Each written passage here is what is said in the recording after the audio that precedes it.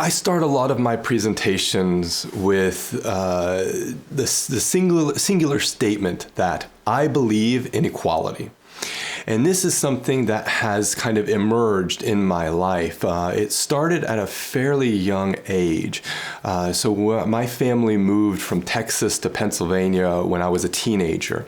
And one of my earliest memories from that time, when we first moved to this town in Pennsylvania, was seeing a KKK rally in the town square. Now, the KKK, for those who may not know, they're a terrorist organization in the U.S. that is founded on white privilege. Now, that moment was it was memorable for me because it was this face of injustice. It was this face of cruelty and racism and some of the really horrible aspects of our society. And so that kind of stuck with me. I went to high school in that same town, and it was around that same time that the AIDS epidemic first started emerging. And so all of the health practitioners in the world were trying to figure out what's going on with this disease and how can we cope with it? How can we find ways of mitigating that crisis? And so in my health class in high school, I remember the health teacher talking to us about AIDS.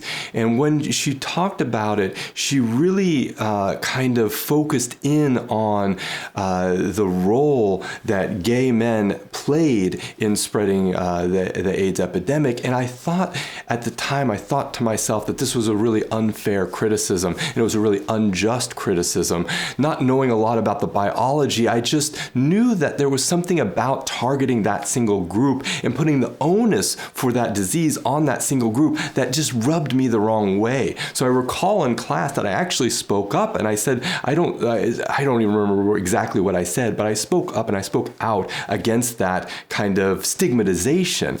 And of course, I earned a lot of jeers and criticism and laughs from my peers who, just kind of ridiculed me for it. So that was my first brushes with issues of racism and homophobia. That was kind of where I first, at least remember that part of my life. It was a few years later, I started college, and I remember sitting in my first sociology class, and I remember sitting there, and my teacher began speaking on income inequality and how different groups of people in the U.S. experience different barriers to social mobility, for example. So social mobility is just the ability to move from maybe poverty into middle class or middle class into upper class. So it's the idea that we can somehow improve our circumstances by earning more money and getting more education. That's fundamentally what it came down to. And so what he taught us about was that there are disparities in social mobility, there are disparities in issues around income, and that affects certain groups over other groups. So other groups are in a way privileged and others are underprivileged. And that again struck me as so fundamentally unjust, and it kind of made me clench up my shoulders and wrinkle my forehead and look around me and say, but isn't everyone around me, don't they all share in the same privileges I do? And the answer to that question was just no, they don't. And so this was the first time I started understanding what it means to have an advantage, a disadvantage, a privilege, underprivilege, and what it really meant for my life as a white man growing up in society. Fast forward a few more years, one of my dearest friends and colleagues first introduced me to this idea of feminism. Feminism, I think we can all agree, is fundamentally just about gender equality. It's just about ensuring that there are equal opportunities for men and women. But the real profound experience here was that she was so anchored in this field. She had so much knowledge and so much experience. And so I had a chance to interact with her socially. We hung out a lot, but really to just absorb that knowledge, absorb that understanding of the world in a completely different way. And so she exposed me to new ways of thinking, new ways of understanding the world around me. And it was around that time I started pursuing research. So it also gave me that nudge to kind of explore this area of research, looking at issues related to gender inequality and understanding how that plays out in society. Fast forward a few more years, I start my PhD, and my PhD is focused on disability rights. So it gave me another opportunity to interact with groups of people who had very different experiences than I do, and who introduced me to these ideas around discrimination and ableism and issues around accessibility. And it really opened up my mind once again to the experiences of groups of people who had a very different background than me, and kind of enabled me to add into my repertoire, add into my understanding of the world around me, this perspective of disability on top of all the other issues that I'd already been confronted with.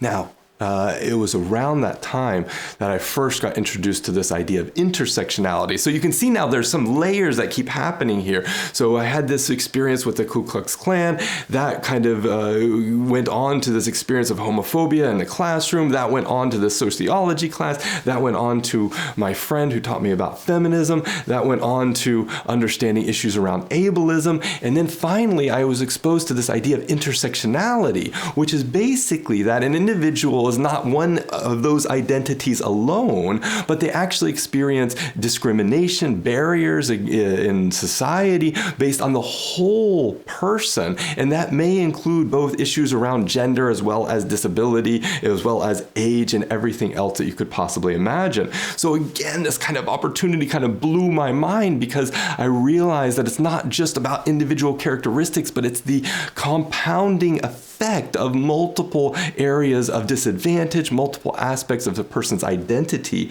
that really impacts their life. So a few years later, I met a dear friend and colleague, a man named Dan Gilbert. Now, Dan is an innovation and design thinking expert. You can Google him. He's awesome. Check him out.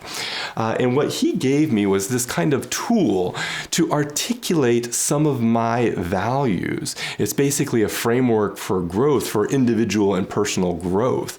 And so he showed me his. He was actually, hey, you check this out. This is something I did. I would love your feedback. So he's one of these crazy people that tries to get feedback from everybody, who I love and I cherish, and I think that everyone should try that approach.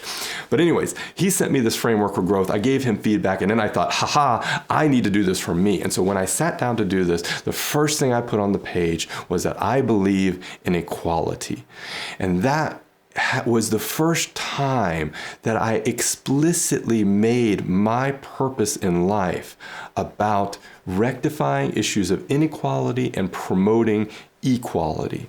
So that's kind of the journey that I took. I really observed a social issue. I tried to understand what that issue was. I empathized with the groups of people that are affected by it. And then I articulated that vision as part of my own life. So that's my takeaway here. Observe the world around you. See what's wrong. See what's messed up. See what you don't like. Try to understand what are the issues at stake. Understand the complexity of the problem.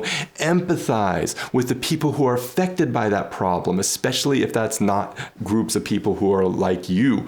And then articulate that vision in a kind of statement about your beliefs or your values.